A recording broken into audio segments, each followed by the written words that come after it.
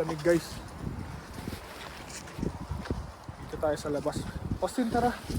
Lalakad tayo kasama si Austin. Ang temperature pala ngayon is feels like negative 16. Sobrang lamig.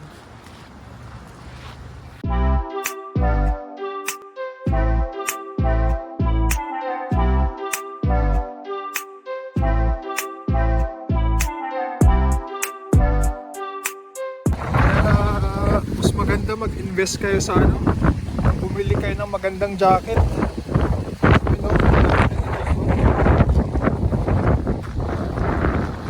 Kasi kumari pag mga nagko-commute kayo na araw-araw,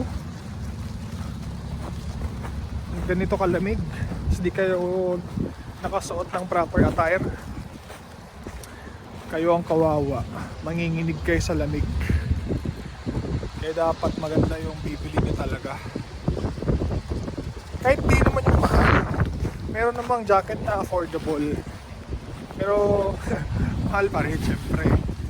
Hindi naman basta yun. Ito nagkataon lang, Canada Goose ko, nagkataon lang na nabili ko siya dun sa Tito ni Leslie.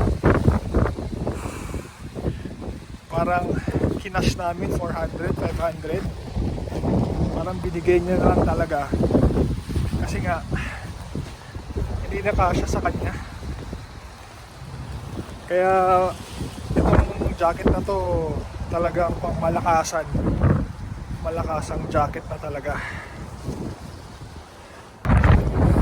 Kaya, maabot na ang normal na temperature na ito nasa negative 8 or 7. Pero dahil ano nga, yung hangin guys, kaya nagni-negative, feels like ganun. Actually guys, kahit nakaganito ako, may t-shirt ako, may jacket ako na pang fall, tapos nakaganito na ako, makapal,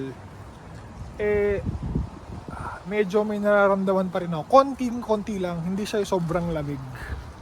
Konti lang. Talagang nakakatulong to. Kailangan nyo ng makapal na jacket.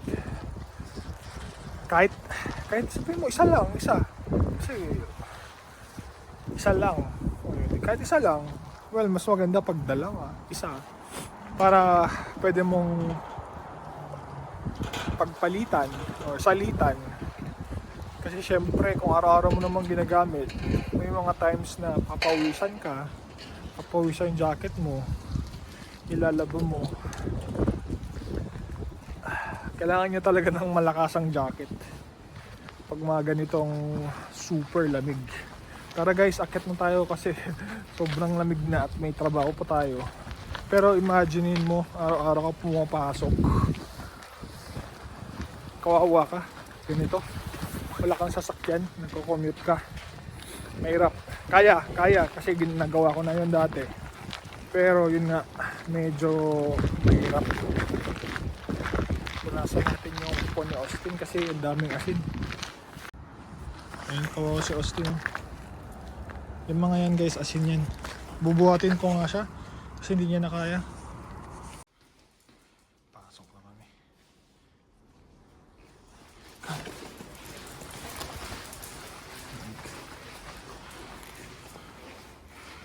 Hindi na tayo sa 11 guys. Ay, hindi na kinain ni Austin maglakad dun sa mga salt. Ito kasalanan ko din. Dapat nagsapatos siya pero hindi niya na kaya eh. Punasan ko ng wipes. Tapos mamayang mga 1 siguro, bababa na naman tayo. Pagpipiin natin si Austin. Tara na. Ay, ang cute naman. Oy, Austin! Oh, nakaboots na siya oh. Bababa kami. Pipipi lang. Di nga na naman alam maglakad. O, lakad ka nga, Austin ha. Come, lika dito. Lakad ka konti. Pakita mo yung lakad mo. Ayaw niya maglakad oh. Ayun oh. Paa niya, ayun oh. Oh. Nagkata ko. Halika na nga, labas na. Tara, tara, baba na tayo. Gi-snow ah. Gi-snow? Holy cow. Ayan, gi-snow oh. Ay, naku. Nakabot si Austin. Ala, nawawala yung isa.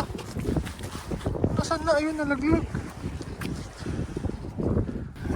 Natanggal yung boots niya. Wala eh. Kailangan namin bumili nung ano, nung parang may tali sa paa para hindi siya ano, hindi maalis. Ay nako. Nag-i-snow, nag-i-snow. Flurries lang naman.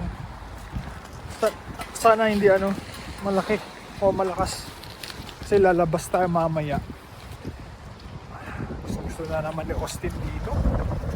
Tara na nga.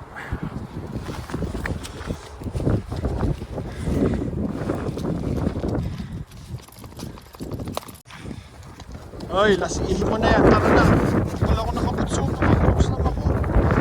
Sabi ko, ihilang kami. Dali-dali, ihina, Austin na eh.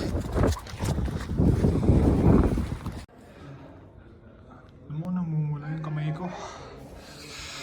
Dalawang kamay namumula. Tara, tara. Namumula yung kamay ko. Sobrang lamig yan, oh. Wala akong maramdaman. Yan. Medyo mainit na. Pero kanina wala akong maramdaman. Sobrang lamig. Wala ko na lumabas. Ay nako. Mamayang hapon na ulit.